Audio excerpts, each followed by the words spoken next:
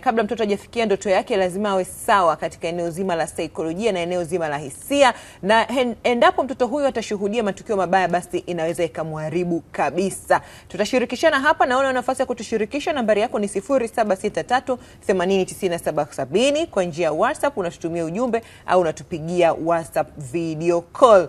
Kwa upande wangu mimi nakumbuka miongoni mwa matukio ambayo hadi yani sio leo tu, hadi kesho na kesho kutwa bado anaendelea kunitesa. Nilipokuwa mdogo ni bahati ni hasara ya kushuhudia mwizi akiwa anapigwa na kuchomwa moto.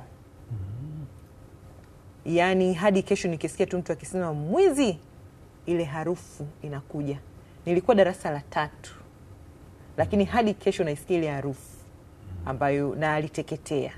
Na tulienda kuangalia, na sijui kilinituma niende nikaangalia mpaka kesho. Zaidi ya miaka 20 iliyopita. Ni zaidi ya miaka 20 iliyopita. Asante sana. Nikiwa darasa la 3.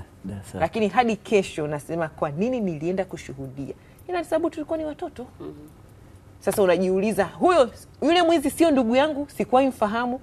Unajiuliza, ambaye alishuhudia matukio huenda ni kwa mwanafamilia, kaka yake kamuona amepata changamoto yoyote, mzazi wake. Hali huwa inakuwaje kwa watoto? Ndio. Na labda leo baada ya kipindi ninaweza nikawa ukapona. Usijali. Maana hadi leo bado huwa ananitesa sana. Na inakuwaje naisikia harufu ya miaka 20 iliyopita? Asante. Nadhani ungekuwa umeniambia mapema. Ungekuwa umenisaidia labda yakupole. Usijali na mbinu zangu. Kabisa. Karibuni sana. Asante sana. Ndio. Na tunavunja mwiko. Tuanze na Dokta, utusaidie kwanza hapa. Mwiko wa Ladies Festival. Sema kabisa kumradhi. Okay, kumradhi. Sasa Dokta, tufahamu kwanza akili ya mtoto inafanyaje kazi? Ina process vipi mambo? Hasa katika kuona, kuelewa na kuchanganua. Pengine hapa ni miaka 15 kushuka chini, au nyewe mtoto kisaikolojia anakuwa ni nani? Kwanza tuanze hapo, mtoto ni nani? Sika watu wanaelewa mtoto. Sawa. Kuna mtoto na mtoto. Hata leo tunazungumza watoto jamani.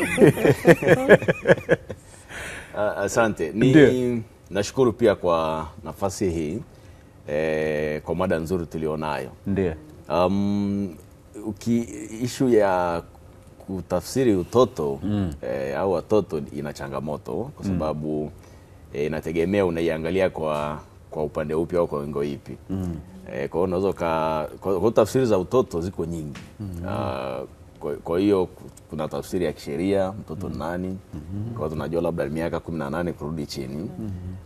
Kuna tafsiri ya mtoto kwa saikolojia, kuna tafsiri ya mtoto kwa jamii. Kwa hiyo na biolojia wakati fulani. Unaambia ukishapata vitu fulani tayari wewe ni mtu mzima, sio mtoto tena. Unaona Kwa hiyo inategemea sasa tunaiangalia kwa eneo gani. Sisi nafikiri kwa sababu tunaiangalia kwa saikolojia. Saikolojia ina mambo kadhaa inayozingatia katika kupima kiwango cha utoto.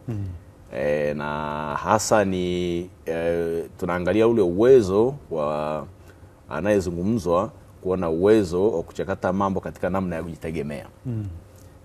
Na tunapozungumza katika namna hiyo ya kwamba awe na uwezo kuchakata mambo katika hali ya kujitegemea, maana yake ni ukuaji wa kiakili. Na wako wataalamu wengi ambao wamejaribu kulielezea hilo, kwamba akili zetu zinakuwa katika karibu ngazi 4. Kwa ngazi ya kwanza ni ile ya chini ambayo mtoto anakuwa kwamba kinachotokea ubongo unakiona kwa hapo alipo tu.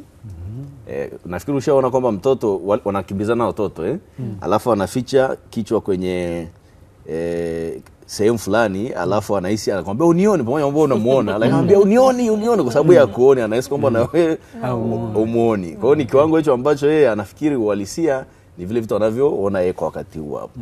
Kwa hiyo wanapanda mpaka hatua ya mwisho kabisa utu uzima, ambao tunafikiri sasa una uwezo wa kushughulikia vitu ambavyo ni vya juu zaidi, vya sijui abstract Kiswahili chake ni, lakini viwango vya juu ambavyo ni zaidi ya vitu vionekanavyo. Yani kwamba sasa mimi ukiniambia jambo hapa David, naweza nikalichakata zaidi ya ulivyoniambia, nikaangalia mbele zaidi kwamba linaweza ikawa na athari gani, linaweza ikawa na matokeo gani. Tunaamini hicho ndio kiwango cha juu zaidi cha ukuaji cha mwanadamu. Kwa hiyo watu sasa wote ambao wako chini ya huo uwezo wa kuchakata mambo katika hiyo level ya kutoka kwenye vitu tunavyoviona. Kwa hiyo hata kama una miaka 50 lakini uweze kufanya hiyo, bado unaweza ukawa mtoto tu. Lakini unaweza kuwa na mtoto wa miaka 10 ana kiwango hicho kikubwa, kwa sababu pia sio kwamba ni watu wote wanaenda kwenye hatua zinazolingana, tunatofautiana. Kwa hiyo ukiwa katika ngazi hiyo tunasema wewe bado ni mtoto. Lakini kwa kweli kwa ujumla ni kwamba watoto wote ambao wako chini ya miaka 13 yani kiumri, basi wengi wanakuwa kwenye level ya chini ya ufikra au ya uwezo wa kutafakari mambo au ya kiakili. Kwa hiyo kwa kisaikolojia wao wanakuwa ni watoto. Wao kuchanganua kwao mambo ni yani uwezo ni mdogo. Ni mdogo kabisa. Yani hawezi kwa mfano mambo jinsi yalivyo yani yako. Yes, kabisa. Na ndio maana alikuwa anasema Messi vitu wanavyoviona kwa sababu ndivyo vinavyoonekana, hawana uwezo wa kutafakari kwa namna ambayo vinatafsiriwa na mifumo mingine, kwa mfano mifumo ya kijamii, mifumo ya kisheria. Kwa hiyo wanabaki nayo hiyo. Kwa hiyo asipopata mtu wa kumsaidia kumtoa hapo, kumwambia sasa hapa ulipo hiki kinaweza kikawa hivi, anabaki nayo hiyo na inakuwa ndo tafsiri ambayo yeye anayo. Tuje kwake Teresia. Kuna baadhi ya matukio huwezi kumwandaa mtoto, kumwambia kwamba huwezi kutegemea kama atakuja kushuhudia tukio fulani. Sasa wakati ule tukio linatokea, huenda na wewe mzazi upo kwenye taharuki, au ni jamii nzima inakimbizana ipo kwenye taharuki, chochote kile, yani wote mpo kwenye hali hiyo ya kuhangaika, ya kustaajabu. Nini ambacho kinatakiwa kufanyika wakati ule wa tukio wakati linatokea, ambacho kinaweza kikawa msaada wa awali wa mtoto kabla ya kuanza kuja kumuelezea na uongo? Hivi tutabidi tu tukubaliane, itabidi tu tuwadanganye kabla ya huo uongo utakao kuja kumwambia hapo baadaye. Dr. Mafia anakataa. Huwezi kumwambia ukweli. Yani tutajua lakini ripoti muongo. Okay, kwa sababu hata katika ile hali ya dharura bado malezi na makuzi yanapaswa kuendelea. Hapo inakuwaje? Kabla huko tujie baadaye sasa kukaa naye na kuanza kumueleza. Sawa. Ni kweli kuna ile hali mmekaa kama hapa sisi tulipokaa na tuna mtoto pale. Likatokea lile ambalo hatukulitarajia. Sisi tupo kwenye kipindi. Mara tazi kashuka hapa au nini. Mimi nafikiri muumiza mmoja wetu. Kitu cha msingi kama Nasia hapa anavyosema, umeshakuwa mtu mzima, yani uwezo wako wa kufikiri na kuchakata mambo yanakutosheleza. Unajua kwamba wewe ni baba, unajua kwamba wewe ni mama, kwamba hii familia inakutegemea. Kwa linapotokea dharura yoyote, wewe mtu mzima ufahamu kwamba ndio unategemewa pale. Yani uwezo wa watoto wa kujizuia na lile tukio unakutegemea wewe. Kwa vyovyote, hata kama umevunjika mkono, hebu tafuta namna yoyote ya kumshika hata na mkono uliobaki mtoto, ili umtoe kwenye hiyo hatari kwa haraka. Kwa sababu mimi nakumbuka na mimi nikiwa mdogo ilitokea mvua. Kwa kuna mvua kali na upepo. Sasa ilikuwa inaezua sana mapaa. Na tunasikia kwa sababu ni bati zinapiga sana kelele. Nyumba yetu baba yangu alikaa mlangoni. Si kwamba alikaa pale yeye anapigana na upepo. Nilikuwa namuona upepo ukiwa unakuja mkali anafungua mlango. Ukiona usijui unafanyaje anafunga. Kwa hiyo alikuwa anakesha pale mlangoni, hakutoka pale. Ile ni uwezo wake, kwa sababu alikuwa anajua upepo labda unaweza ukaja mwingi, akifungua unapata kupita sehemu mbalimbali. Kwa hiyo akatusaidia sisi kama watoto, na mpaka leo nilikuwa namuona the hell father, kwa sababu effect yake ilikuwa kubwa sana. Jamii iliathirika kwa kiwango kikubwa. Na nakumbuka alikuwa anaitwa na dada zake kwamba kuna hatari, miti imeanguka, inaangukia nyumba. Ndani huko na yeye ana watoto. Kwa hiyo kiwango chake cha kuona anatakiwa kwanza asaidie watoto wake kilimuonyesha ni mzazi mzuri. Amefanya kwa sehemu yake ya malezi. Na wakati tumepita kwenye hii heka ya uchaguzi, nilikuwa najaribu kufuatilia, nafanya follow up kwa wale wazazi baadhi ambao nawafahamu na hali yao ya malezi ni duni kidogo. Nikauliza, kuko salama? Nyumba moja ili bahati nzuri au mbaya bomu lilipigwa pale. Wakasema kwa kweli experience kitu ambacho sijui kama yani akili zetu zilikuwa sawa sawa. Walikuwa wana mtoto ambaye ndo ana mwaka na nusu sasa kwa age hiyo. Sasa kwenye hata hiyo age yenyewe ya nasi hapa nasema ya kuona, yani anaweza akaona na akashika. Yani kitu cha hatari anaweza akakikimbilia. Lakini ile jamii wanasema wao wenyewe pia uwezo wao ulimezwa. Kwa sababu ya lile bomu lilivyopigwa pale, walinyanyuka na wakampita mtoto. Wakamwacha huyo mtoto mdogo kabisa. Yani hata haelewi kukimbia, haelewi hata kama kinatisha, yani ni bado kwenye ile ya age ya utoto kabisa mdogo. Kwa hivyo tuseme kwamba ukiwa kama mzazi, kitakacho kusaidia kuboresha malezi yako kwenye nyakati kama hizi za mambo yote yanayotokana na dharura au matukio yote ya kutisha, hakikisha kwamba unahusika kama mzazi moja kwa moja. Haijalishi ni namna gani pale unazungumza na mtoto. Na niseme usimwambie mtoto uongo. Usimwambie mtoto uongo kwa wakati wowote. Mueleze ukweli kwamba kuna hatari, naomba nikutoe. Na ukisha mtoa, unakaa naye pembeni kuzungumza naye. Mtoto ni mtu, anaelewa. Si ulikuwa darasa la 3, lakini ulielewa kwamba huyu ni mwizi, huu ni moto, na hiki ni kifo. Sasa mueleze mtoto kwamba kuna hatari imetokea, ndio maana tumekunyanyua kwa nguvu. Sababu unaweza mnyanyua ukamuumiza pia.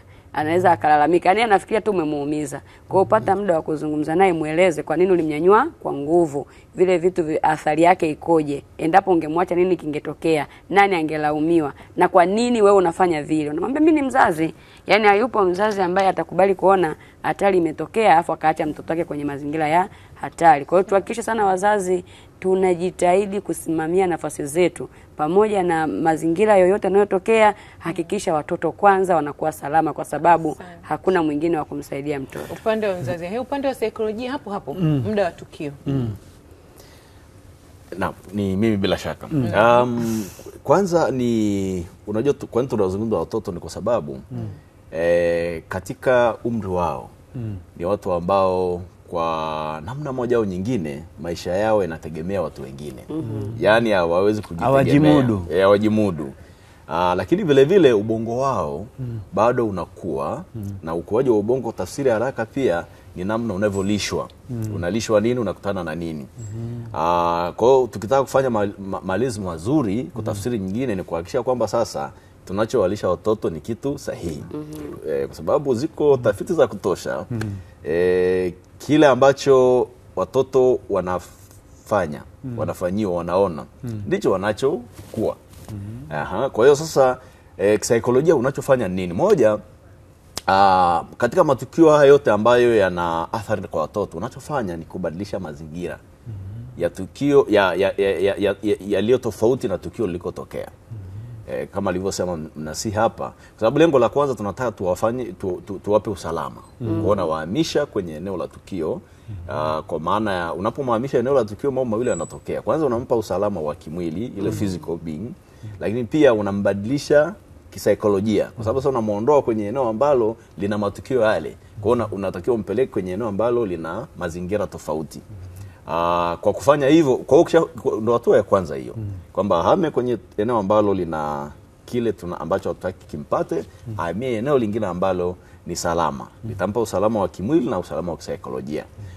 Sasa baada ya hapo ni alichosema mnasi hapa, uanze huduma ya mazungumzo au huduma ya unasihi, kwa maana ya kwamba sasa kumueleza ni nini kimetokea, lakini pia umpe nafasi ya yeye mwenyewe kuzungumza. Mwitikio wake wa kila alichoona ni nini. Kimsingi nitani mpe jibu lake ya mambo ya nyuma. Usipopewa nafasi ya kueleza kilicho kutokea wakati fulani, huwa akiondoki. Kwa sababu tukio linavyotokea huwa linasababisha damage, yani kuna athari inatokea. Na bahati mbaya mwanadamu kwa asili, mambo mabaya kwetu huwa yaondoki. Na yaondoki kwa sababu kwanza yanatishia uhai wetu. Kwa hiyo wakati wote tunayakumbuka ili uhai wetu usije ukatishiwa tena. Ndio maana David, wewe mwenyewe naamini unakumbuka matukio mengi mabaya yaliyotokea, na uwezi kumbuka mengi sana yaliyotokea mazuri. Kwa sababu mazuri kwetu sio threat, lakini yale mabaya kwetu ni hatari.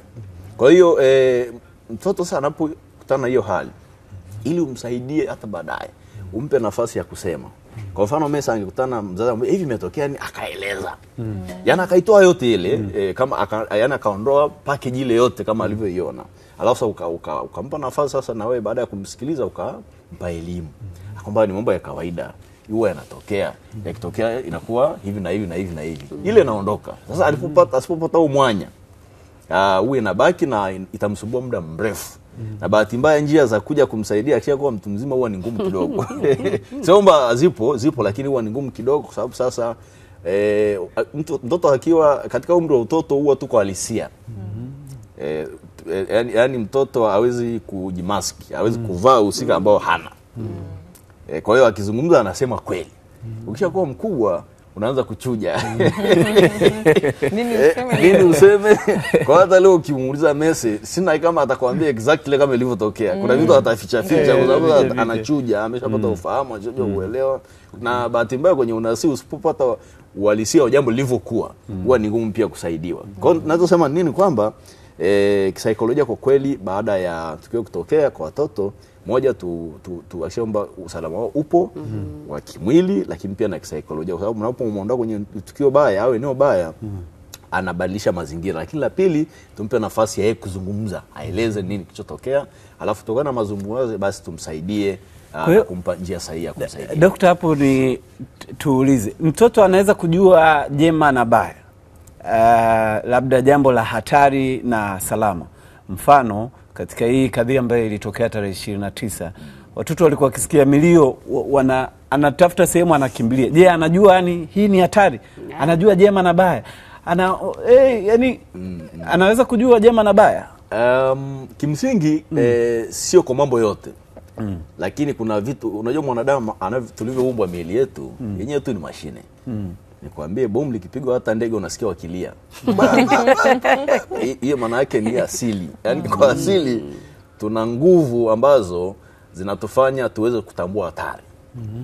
Kwa hata mtoto si kwamba hatambui, lakini kwa sababu ya udogo wake hajui sasa afanye nini. Okay. Na ndiko hapo kimsingi matatizo ya kisaikolojia yanaanzia hapo. Kwa sababu unajua matukio kutokea katika maisha yetu ya kila siku sio tatizo. Sio shida. Shida inaanzia pale ambapo hujui ni nini ufanye. Kwa hiyo unapozungumza stress, depression, kimsingi kwa sababu dunia ina mambo mengi haya na lazima tuwe nayo. Lakini tunapokuwa tunajua namna ya kukabiliana huwa haileti shida hiyo. Kwa hiyo mtoto anajua ni hatari. Nyumba imeanguka anajua ni hatari kwa sababu kwa asili mwili unapokea. Fahamu zinapokea. Sasa shida inakuwa kwamba afanye nini hajui. Kwa hiyo ndo maana alichosema mnasi hapa kwamba sisi tuliokuwa karibu pale ndio wajibu wetu sasa kuona kwamba tunawasaidia kutoka pale walipo. Ili waende katika ile hali ambayo tunaona kwamba ni salama kwao. Kwa sababu cha haraka sana hali hatari inapotokea kwa mtoto cha kwanza anajenga ni hofu. Oga. Na ile oga wakati fulani kiacho kaendelea kwa muda mrefu itakuwa depression, sonona. Kwa sababu maana yake zile ni sumu. Yani ni sumu fulani zimeingia, hali ya hofu, hali ya oga. Akisaidiwa wakati ule akaambiwa namna ya kukabiliana nayo basi anakuwa salama. Tukiacha ikaenda kwa muda mrefu inaendelea kuwa ni hatari zaidi na mwisho wa siku unaweza kujikuta pia yule mtoto wengine wanafikia mahali hata nenyewe wanaamua kujidhuru wenyewe. Kwa hiyo ni vizuri kwa hiyo wanatambua kwa kweli yako mengine. Kwa hiyo yale mambo yote yanayohusisha hisia za ufahamu wao, mambo yanayogusa uhai wao, hayo wanatambua. Yako mengine sasa ambao ni ya kijamii, hayo wakati fulani hawajui mpaka waambiwe hiki ni kibaya hiki ni kizuri. Lakini yale ambao ni asili yale hawanafahamu. Okay, kuna mtoto mmoja yuko anacheza kule, bwana shangaa amekuja ghafla kumbe aligusa nyaya zikapiga shot. Hii mbaya hii hapana chezea hii. Na tutakuja kurejea hapo na mlinipinga wote ninavyoambia kuna muda inabidi tuwadanganye watoto. Ndio. Sijui mtaniambia nyie kipindi ambacho haruhusiwi kutoka kuanzia saa 12 mliwajibu ni kwa nini haturuhusiwi kutoka. Mtakuja kuniambia baadaye. Kuna fisi huko nje. Maana bodaboda akitumwa akirudi anakuja kuambia kuna nini, ndio kwa nini msitoke. Mtakuja kuniambia nyie mliwaambia nini. Mimi niliwadanganya kuna fisi.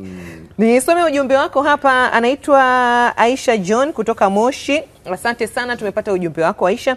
Huyu anasema tuwasaidie watoto kwa kuwafundisha maadili mema na tujitahidi kuwajibu maswali wanaotuuliza kama ni mazuri, na tusiwe tunawakabidhi simu, kwa sababu kwenye simu wanaweza kukutana na vitu ambavyo vitawaathiri akili zao. Anaitwa Haruna Nyange kutoka Viwege. Asante sana Haruna.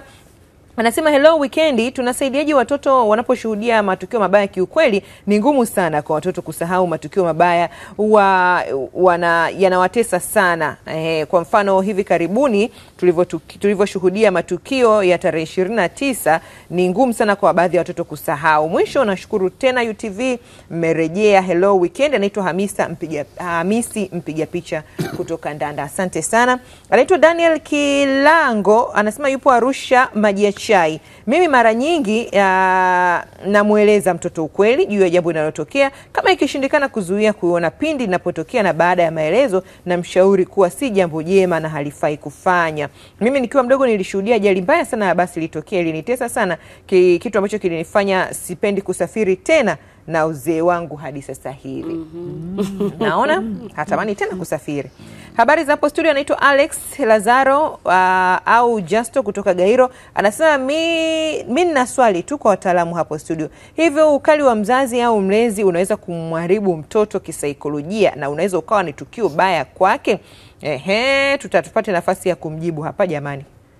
Mtapata kumjibu kwamba unajua kuna mtu natungumzia tu matukio ya ajali. Kuna ukali wa mzazi ni tukio baya. Yaani ni yeye mwenyewe tu ni tukio. Mzazi anakuwa mkali kiasi kwamba yani yeye ni tukio kabisa. Unajua baba anaingia ndani, watoto wanaingia ufunguni. Yaani mzazi ni tukio. Ndio mtoto anaishi na tukio ndani. Nambari yako ni 0763809770. Endelea kututumia ujumbe, tutaendelea kusoma hapa kadri muda utakavyokuwa unaturuhusu. Tuanze kumjibu Teresia. Sawa, kwenye masuala mazima ya malezi, Ndiyo. tuna changamoto kwa sababu kila mmoja na namna yake ya malezi. Ndiyo. Kuna baadhi ya wale ambao ni 80 huko kurudi nyuma, wao walilelewa kwenye heka nyingi sana za ukali, vitisho, vipigo, na leo wanakuwa proud, wanasema yale malezi yamewashape.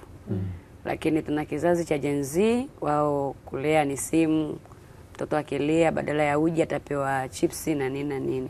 Sasa inategemea unalelewa na mzazi wa aina gani. Lakini pia malezi yana reflect. Kama ulilelewa na mzazi mkali, na wewe unajikuta unakuwa mzazi mkali pia, kwa sababu uliamini yale ndio malezi yaliyokukuza. Na hapa aliongezea, alisema watoto wa familia leo na melelewa kali wana wasiwasi muda wote. Sasa tunachosema na si tu kwenye ukali, lakini ukalelewa na mzazi tuseme mkatili. Kwa hiyo ukali ukipitiliza unazaa ukatili. Ni mkatili kwa sababu mtoto ana stage. Anapoanza kulelewa anaanza kuambiwa hii ni mbaya, usishike. Anavyozidi kukua anakupima. Uliniambia mbaya, ni kweli si kweli? Atashika tena. Mfano huyu aliyeshika nyaya ambayo unasema alikukimbilia, kwa sababu ya uwezo wake wa ubongo hauwezi kuchakata, anaweza akasahau na akarudi tena pale pale. Lakini ule wakati wa kumtrain mtoto, kuna umri wa kumfunza, kumtrain na kumcoach. Sasa ule wakati wa kumcoach wewe ndio utakuwa unamwangalia, lakini wakati wa kumtrain yeye anakuwa anakuangalia sana wewe, unachomfunza kiko sahihi. Sasa mzazi mkatili au mzazi lugha inayotumika ni mkali, yeye huwa haangalii ni nini anazungumza, haangalii ni nini anafanya kwa watoto wake. Huyo ni mzazi mbaya kabisa, kwa sababu umetoka labda umepata na magumu huko kwenye kazi, umerudi nyumbani huna chochote, na ndo mara nyingi wanakuaga hivyo.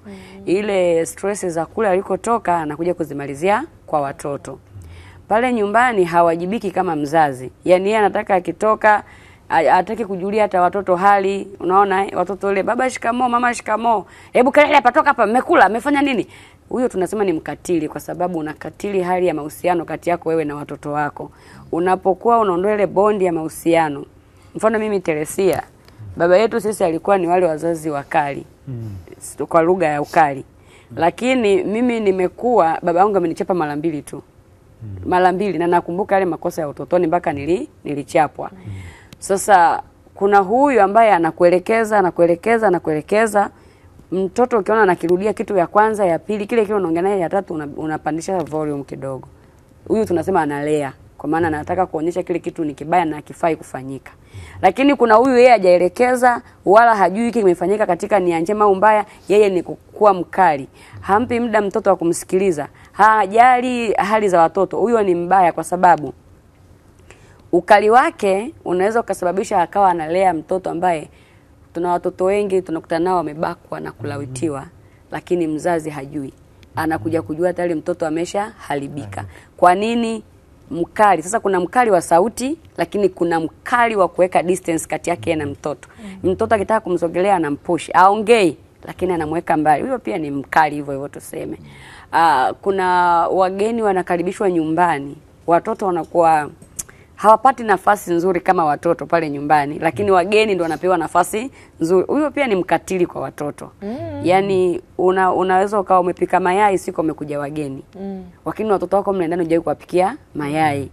Unaweza ukawa ni mtu mwema, unacheka na kufurahi wakija wageni, lakini hujawahi kufurahi na watoto wako. Huo pia ni ukatili. Yaani ni namna tu tunaweza tukaitranslate ya kwamba huyu ni mkali kwa sababu ya volume, lakini kuna watu wanawafanyia watoto silence killer. Yes. Kuna wakati sisi tuna mdogo wetu alikuwa na shida ya hizi upungufu wa damu, tunaita sickle cell. Sasa yeye wana zile tabia kama zinafanana, maana nimeshaona zaidi ya kwake yeye. Huwa ni watoto wakorofi lakini hawana sauti. Ni wakorofi. Sasa yeye hata kama akiwa ni mbaba, maana yake ataendelea hivyo. Hujaika na mtu anakufinya, wewe ndio unalia, alafu yeye ametulia tuli. Yaani mtu akigeuka akikuangalia anataka kujua huyu analia nini. Hujaika na mtoto, unakuta mtoto analia, amekaa na mtu, lakini yule mtu anamwambia, jamani kabebi." Kumbe kesha mfanyia mtoto tukio la kikatili, gumu. Kwa hivyo matukio yote tuseme ambayo yanamfanya mtoto ajisikie vibaya kupitiliza, hayo sio malezi mazuri, kwa sababu yatakufanya uchukiwe na watoto. Na wakisha kukuchukia, hutaweza kumsaidia mtoto. Hutaweza. Hata hiki kipindi ambacho tumepita niseme, kuna mtoto kabla ya tarehe 29 alikuwa anabakwa. Na pengine ilikuwa kwa siri. Pata picha wakati wa lockdown. Tuko mle ndani na anayembaka ndio yuko umo. Wewe mzazi labda ulikuwa mbali. Unakumbuka tarehe 29 ilikuwa ni shughuli zinaendelea. Wakati wanasema hakuna kutembea, pengine uko mkoa mwingine na mtoto yuko mkoa mwingine. Kama ni mkali kupitiliza, hautapokea taarifa yule mtoto. Pengine wakati huo mtoto ndo amebakwa sana, amelawitiwa sana, amepigwa sana, amelala njaa sana. Lakini kwa sababu ya kuwa na long distance ya mtoto wako ya mahusiano ya malezi, inakufanya mpaka leo hujajua kwamba mwanao humo ndani amepitia nini. Kwa hiyo tuseme, uwe mkali wa sauti, uwe mkali wa vipigo, uwe mtu wa kufanya vitendo vya kimya lakini vinamletea mtoto maumivu. Wewe ni mtu mbaya kwa mtoto, na unaweza kusababisha mauaji kwa watoto, unaweza kusababisha uharibifu wa mtoto kwenye maisha yake, unaweza ukawa ni mtu ambaye unaua ndoto za mtoto kupitia wewe mwenyewe. Asante sana Teresia. Ndio. Na Dokta, utueleze, kwa sababu watoto wanaposhuhudia mambo mabaya wanaathirika katika namna tofauti. Yupo ambaye labda kwa sababu katika ile kadhia kuna ambaye alishuhudia mzazi anakufa labda mbele ya macho yake, lakini kuna watoto ambao wana majeraha ama makovu ya risasi. Kuna watoto wameshuhudia labda jamaa nini au rafiki yake anaambiwa hata kuja shule. Kwa nini? Kwa sababu labda hayupo tena. Kuna ambao mtaani kwao labda huenda moto, baadhi ya vitu vilichomwa akashuhudia. Au mwingine mali za wazazi au ndugu jamaa anaambiwa zimefanya hivyo. Hapo kipi kinakuwa ni kipi? Sawa, nitani ongeza kidogo pia kwenye swali lile liloulizwa kabla sijajibu swali lako. Kwa sababu ni msingi wa namna ya watoto kukua katika namna iliyo nzuri kwenye maisha yao baadaye. Kwa sababu unajua muda mrefu watoto wako na wazazi. Kwa hiyo sisi wazazi tunavyowalea watoto, tunavyowakuza, uamua hatima yao katika mazingira yote yale ambayo utakutana nayo popote pale. Kwa sababu kama nilivyosema, kukutana na majanga, kukutana na ni kawaida, yani tunategemea yatatokea.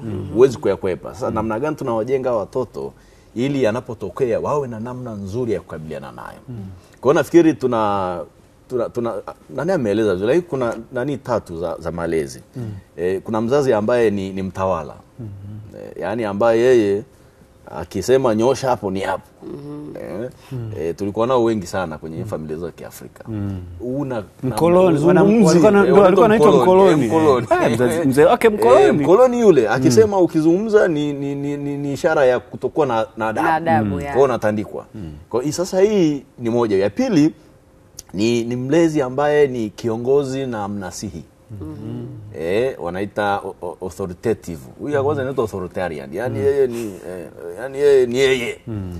Hiyo authoritative maana yake sasa ni kiongozi na mlezi.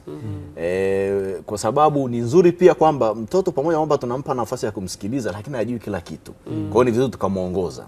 Kwa hiyo tuwe na nafasi ya kuwasikiliza watoto, kuona wanayoyafanya. Yale mazuri tunaya reinforce, tunayapa nafasi yaendelee. Yale mabaya tunamwambia hili bwana, sio bora mkataza, unamshauri kwamba hili sio zuri kwa sababu ya 1 2 3. Alafu mpe mbadala kwa hicho ambacho alikuwa anataka kufanya. Kwa hiyo na ya tatu ni mzazi ambaye ni goigoi. Yaani anajua watoto wanachofanya, aende huku yumo sawa, yaani huku sawa. Kwa hiyo mara nyingi ya pili ndio inayoshauriwa. Tuwe na mzazi ambaye ni kiongozi lakini pia mnasihi. Yaani uwe na uwezo wa kuangalia watoto wanayofanya mazuri ya sukume waende nayo, yape nguvu. Alafu yale mabaya waambie ili alifai badala yake ungefanya hivi. Kwa sababu ukiwa pia huyu dikteta au mkoloni, hivi hujawahi kukutana na mtu ambaye kila kitu ukimwambia afanye, ambia mimi siwezi. Mimi siwezi, ni kwa sababu alilelewa hivyo. Akitaka kuchukua glasi, wewe acha utapasua hiyo. Akitaka kuandika, utachafua ukuta. Yaani ni makatazo. Hakuna mbadala wake. Sasa kinyume chake kinatokea nini? Ile kuna kitu watu wanaita self esteem. Kiswahili ni kule kujiamini. Kuna shuka mno. Anaamini mimi siwezi kufanya chochote. Kwa hiyo hata siku akifanyia jambo baya atakaa kimya, agombani kwa sababu yeye ni mtu wa kupokea tu, kukandamizwa. Kwa hiyo wazazi ni vizuri tukawajenga watoto katika namna ya kujiamini. Si wawe korofi, lakini wawe wajiamini, ile assertiveness. Wawe na uwezo wa kusema ili hapana, ili nzuri, kwa sababu wana maarifa hayo. Kwa hiyo nitaongeza kwa sababu ni eneo muhimu sana ambalo kwa kweli linaamua mengine yote. Sasa kuja kwenye swali lako lingine ni kwamba haya mambo yakishatokea, wameona mtu aliyefariki, wameona mali zimeharibika, na wakati fulani hata zako nyumbani, au hata ndugu yake wa karibu kabisa pia ameondoka, au wako shuleni fulani anaambiwa hata yeye mwenyewe pengine ana jeraha, hata yeye mwenyewe ana jeraha. Kwa hiyo kitu cha kwanza saikolojia inachotaka kufanya nini? Kwa sababu kinachomsaidia mtu aweze kuondoka katika hali aliyopo kwenda hali nyingine ni namna gani ambavyo anapata ufahamu. Yaani tunasema kazi ya saikolojia ni kujenga mtu katika uwezo wa kufanya maamuzi sahihi. Yaani kwa sababu hakuna namna nyingine. Sasa shughuli zote za kisaikolojia hizi huwezi kumpa mtu chakula umpe, ni kufeed ubongo. Yaani kuondoa zile hali mbali zonazo, kuingiza hali sahihi. Kwa hiyo ndo maana nilivyosema mara ya kwanza, mtoto anapokuja na hali hiyo, kwanza mpe nafasi naye aseme hivi baada ya kwa sababu kama kwa mfano ni mzazi amefariki, almost atazungumza, alikuwa mpendo wangu, mpe nafasi aeleze. Kama aliye pia aliye, kuelezea mategemeo yake aliyokuwa nayo kwake. Kwa sababu usiposikia hayo hutaweza kumshauri sahihi. Unaweza kufikiri pia unampa mambo ukifika kwamba ni sahihi, kumbe sivyo. Kwa hiyo msikilize, kama hata kama ni kadogo tu, vinazungumza, imbe kana uwezo wa kutoa zile hisia. Kwa hiyo baada ya hapo sasa mpe njia mbadala. Mwambie uhalisia, kama ni mtu ameshaondoka, hakuna namna atarudi. Kweli. Sasa wewe lazima upo, umebaki. Kwa hiyo sasa ni lazima maisha yaendelee. Kwa hiyo mshauri umjenge. Na uzuri mmoja unasika watoto ni mzuri kwa sababu wakisikia umesikia, wakielewa umeelewa. Hawaende afu wakarudi. Yaani akitokea ukaweza akikuelewa vizuri, akakuamini, wana move on. Kwa hiyo ni nafikiri cha kwanza ni tuwape makosa mengi tunayofanyaga kwa watoto ni kuhisi kwamba wao ni robo, ni vitu ambavyo vina maana. Hawana yana hawajui chochote, ndio tunachofikiri sisi. Kwa hiyo matukio yanavyotokea tunafikiri kwa haraka sana tunachofanya ni sisi kuwasaidia au kuwapa tunavyofikiri sisi. Hatuwape nafasi yao wenyewe kusema, kwa sababu huduma yote kwa saikolojia mara nyingi ni lazima itokane na kile ambacho wao wenyewe pia wanacho. Kwa hiyo mzazi asimwambie uongo. Ni watu walikuwa wanacheza wanarusha vitu tu. Hapana. Na tunasema mwambie uongo. Kwa sababu atauliza maswali. Hao wanafanya nini? Hivi. Kwa nini imekuwa hivi? Sio watoto wanaoje. Sasa si atakufanya kupeleke mbali, yani kwa sababu kila jibu linaibua swali, linaibua swali. Na niuliza hapa nyie watoto tulivyokuwa kwenye hizi tarehe 29, 30, 31 tulivyokuwa tumekaa ndani, mliwajibu nini? Unawaambia ni kiukweli. Unajua kuna baadhi ya mambo wakati fulani yanaamuliwa na tamaduni kadha wa kadha. Of course. Hizo pia huwezi kuziginoa kabisa unaposhughulika na watoto. Lakini hakuna kitu kibaya kama kumdanganya mtoto. Kwa sababu unaweza kwa sababu sisi watu wazima tulikuwa na uwezo wa kuchagua upo upande A au upande B. Unaamini A au unaamini theory B. Sasa kwa nini umpandikize theory A unayoiamini mtoto? Ana haki ya kuja kuchagua yeye mwenyewe theory atakapokuja kuwa mtu mzima. Lakini utakapompa jibu ambalo ni theory unayoiamini wewe, huoni kama utakuwa umemwathiri mtoto? Sorry kidogo. Kama nakuelewa unachanganya. Kuna matukio tunazungumza, mtoto amesikia, ameona, amehisi. Na kuna kile kisababishi. Yani kwa nini hili tukio limetokea? Sawa Tunachosema cha kwanza, kama ni tukio, kama unasikiliza vizuri hapa Mnasia anasema tukio limetokea. Si ndio? Pale ndani baba amefariki. Kwa risasi na ameona amepigwa nini? Risasi. Askari amepiga risasi, baba imempata. Ameona, mueleze mtoto ni kweli risasi mtoto imempata. Mzazi. Nani amempiga? Ni askari. Kwa nini kampiga? Kwa nini amempiga? Hapo sasa ndio utamueleza mazingira ya utulivu. Na mimi nitapigwa. Na wewe utapigwa. Yes. Kuna mmoja ameuliza. Kuna mmoja ameuliza, alinipigia, akaniambia mtoto wake amemuuliza, kwa hiyo kila uchaguzi kutakuwa na mabomu? Sawa. Wewe Messi, uchaguzi umeshuhudia mara ngapi? Kumekuwa na mabomu? Hapana. Kwa hiyo ni kumjibu reality kwamba hapana, haitatokea kila wakati. Hizi nyakati zimetokea, hata sisi wenyewe hatukutegemea. Na ndivyo kweli, hatukutegemea. Unajua kitu kingine Mnasihi anachokiongelea Messi na kaka hapa ni ile nasema reflect ya kule mlikotoka. Tulikuwa tunaambiwa utotoni alikuwa na ndoto ya kuwa mtu fulani ambaye ameona ndiye huenda amefanya kitu ambacho yeye kama hivyo ulivyosema, unadhani hiyo ndoto si itakufa? Hiyo ni wewe unamuhisia. Kwenye kuniambia ukweli ndio kwenye kuniponya. Kwenye kufanya maamuzi niache nifanye maamuzi. Tunazungumza ni mtoto. Sawa. Kuna mtoto aliuliza, mbona huyu kapigwa, alikuwa anakosa gani? Kwa sababu ashaambiwa ukipigwa unakosa. Alikuwa anakosa gani? Bahati mbaya. Bahati mbaya ni nini? Yule hakupigwa bahati mbaya. Tunasema hivi, mueleze mtoto kwamba sasa si mzazi anasema uongo hapo. Bahati mbaya. Mtoto anataka kujua sasa bahati mbaya ni nini? Anataka kujua au kuna kosa linaitwa bahati mbaya. Kwa nini mnasema ambiwe ukweli? Yaani hivi, uko ukweli wewe unapandikiza chuki ndani yake? Wa nini chuki? Yaani ngoja atakuja kusaidia pia kisaikolojia, lakini kimalezi. Sawa. Tulikuwa tunaambiwa ukinyoshia kidole kaburi unakufa. Hivi ni kweli unakufa? Na tunakubali leo aufi. Sasa ukimweleza mtoto kweli ni ile ni bomu limepigwa na askari. Sawa? Ni kweli bomu, sameliona? Samesikia milio? Kwa sababu watoto wengi wameathirika pia na ile milio. Kulala imekuwa shida sana. Mimi nina kituo nalea hao watoto yatima na wenye mazingira magumu. Wakati tulikuwa tunatokea mimi nilikuwa nje ya mkoa. Kwa hiyo niliporudi nikawa nawafanyia ile therapy mbalimbali kwa ajili ya kuwarejesha kwenye hali ya kawaida. Tulikuwa na maputo. Kwa hiyo tunapasua kama kuvunja beria mbalimbali. Unaogopa nini? Mimi naogopa kitu fulani, naogopa kitu fulani. Sasa wakati huyu mmoja amepuliza puto lake, likapasuka kabla mmoja mwingine huko likapasuka kabla ya tukio la wote. Huyu hapa yeye ameshindwa kuitikia hii milio yetu. Alilia sana. Alilia sana na tukamtoa kwanza kidogo kuheshimu ile hali yake. Lakini mwishoni tukakaa nao wote, nikapuliza tena maputo wakati mwingine. Kila mtu aseme kile anachohofia. Walitamka mabomu. Msikie mtoto anachokisema, ndio malezi sahihi. Yaani ukishamsikia mueleze kwa ukweli, ni kweli bomu lilipigwa na mabomu bado yapo. Ila hatukupigwa sisi. Yalipigwa kwa sababu gani?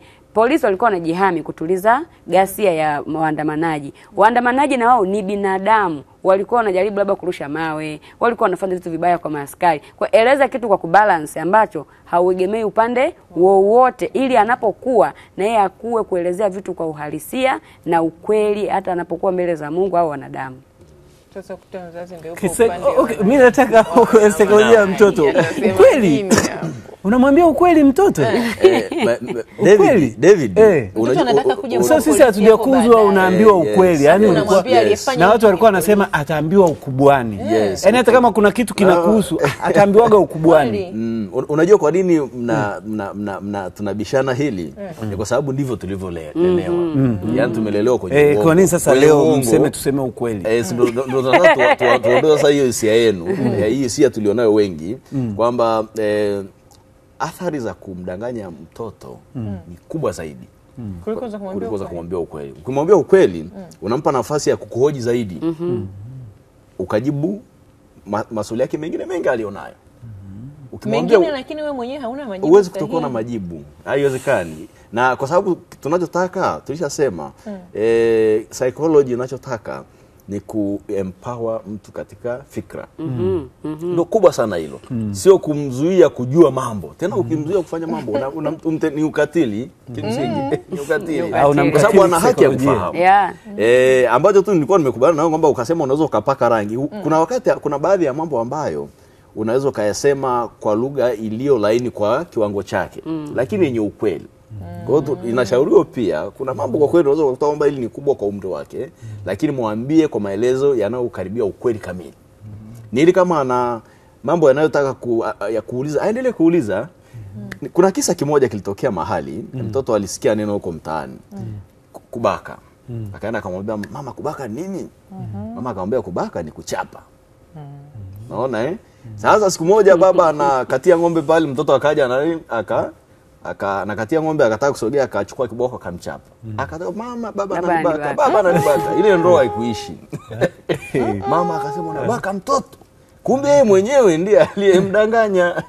Kwa hiyo madhara ya uongo si mazuri hata kidogo, kwa sababu unachofanya ni kwamba badala ya kumkuza mtoto katika hatua za ukuaji unamdunisha. Kwa kumbe hata majirani wangeuliza mtoto sikasema kambaka. Na mtoto asemi uongo. Mtoto asemi uongo. Mtoto asemi uongo. Hiyo kesi ni ngumu sana. Ni ngumu sana. Kwa hiyo tukitaka kuwajenga, kuwapa nguvu watoto, tuwaambie ukweli wa mambo.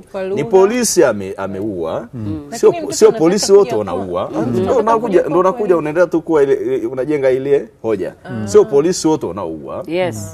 Sio wakati wote polisi wanaua. Alafu unajua ukimfanya hivi pia kuna wakati si mazingira yote polisi wanaua. Kuna mazingira haya na ni ile hata siku akikutana nayo ajua hapa polisi anaweza akafanya hivi akakwepa, akatafuta namna nyingine. Lakini ukimwambia sio polisi nini, si kweli, amsaidii. Kwa mwambie polisi ni kazi nzuri, haina tatizo. Sio polisi wote wanaua. Sio mazingira yote polisi yanaua. Ukishaua kwa polisi ukaua, kuna madhara ya 1, 2, 3. Kuna mazingira fulani ya kipolisi ukiwepo, ukiona unafanya, wanaweza wakapiga kweli. Kwa wewe mwenyewe kwa mpe hiyo, yani mshibishe fahamu, mshibishe maarifa. Kama na wewe umeshiba lakini. Ukute wewe ndio upo kwenye mzazi lazima ushibe. Sasa shida ni utakuwa mzazi goi kama hujashiba. Au tatizo ndio hiyo kwamba mzazi ndio upo kwenye kundi la uhalifu. Unamwambia nini mtoto? Kwa hiyo kwa kweli tujitahidi kuambia watoto ukweli. Na ukiona kama kuna majibu ambayo huwezi kuyajibu, tafuta mtu mwingine. Inashauriwa pia hiyo. Una kiwango ambacho mtoto ameuliza maswali magumu, unahisi hayo uwezi, tafuta mtu wa karibu, tafuta mtaalamu au mwalimu. Sasa lakini wakati huo mwalimu awe na taarifa kwamba kuna huyu ana swali. Twende shuleni siku ya 3 leo na matokeo ya uchaguzi yameshatangazwa. Utajibiwa shuleni.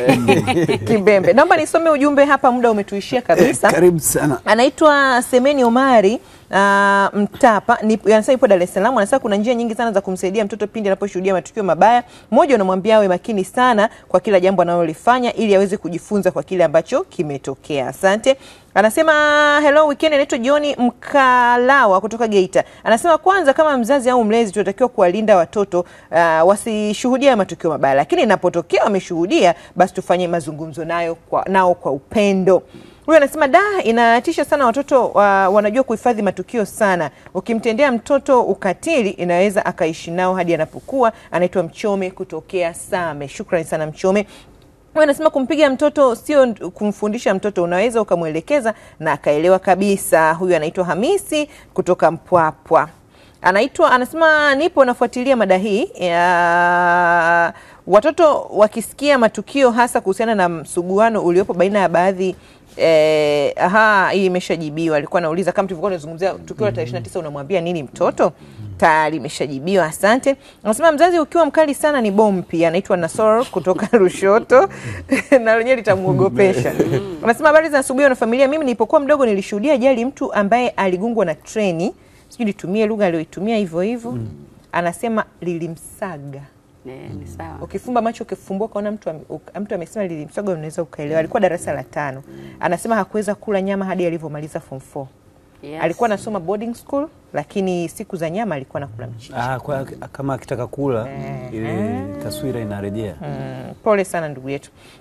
Anasema watoto ni taifa la kesho. Azam TV mmekuwa sababu ya kurejesha maono na ushauri kwa watoto wetu. Asanteni sana. Tupo pamoja. Anaitwa Haruna Nyange kutokea Kijichi, Dar es Salaam. Anaitwa Taufik Nazir kutoka Arusha. Nipo napata madini hapa kutoka kwa wageni wetu hapo studio. Asante sana. Na huyu mwingine anaitwa Mr. Frank Solomon. Tupata ujumbe wako kutoka Mwanza Ukerewe. Asante. Karim kutoka Coco Beach Mtwara. Tupata pia ujumbe wako. Asante.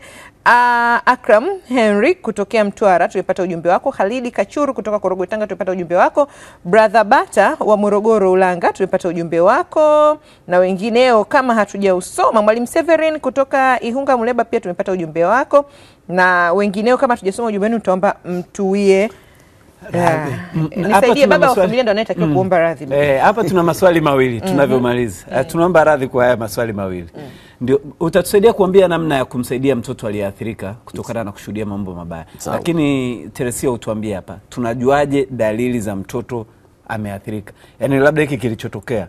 Mzazi anaweza kaa anaona ni kawaida, lakini ni dalili gani akiziona zinaweza zikamsaidia kuona kwamba hapa hali si shwari? Na tuna dakika moja tu. Nafikiri nianze mimi ili yeye akiunganisha dozi una mtoto pale nyumbani. Tuna watoto wa haiba mbalimbali. Kuna watoto wanapenda kuongea na wengine waga ni wa nyamanzishaji au ni wa kimya.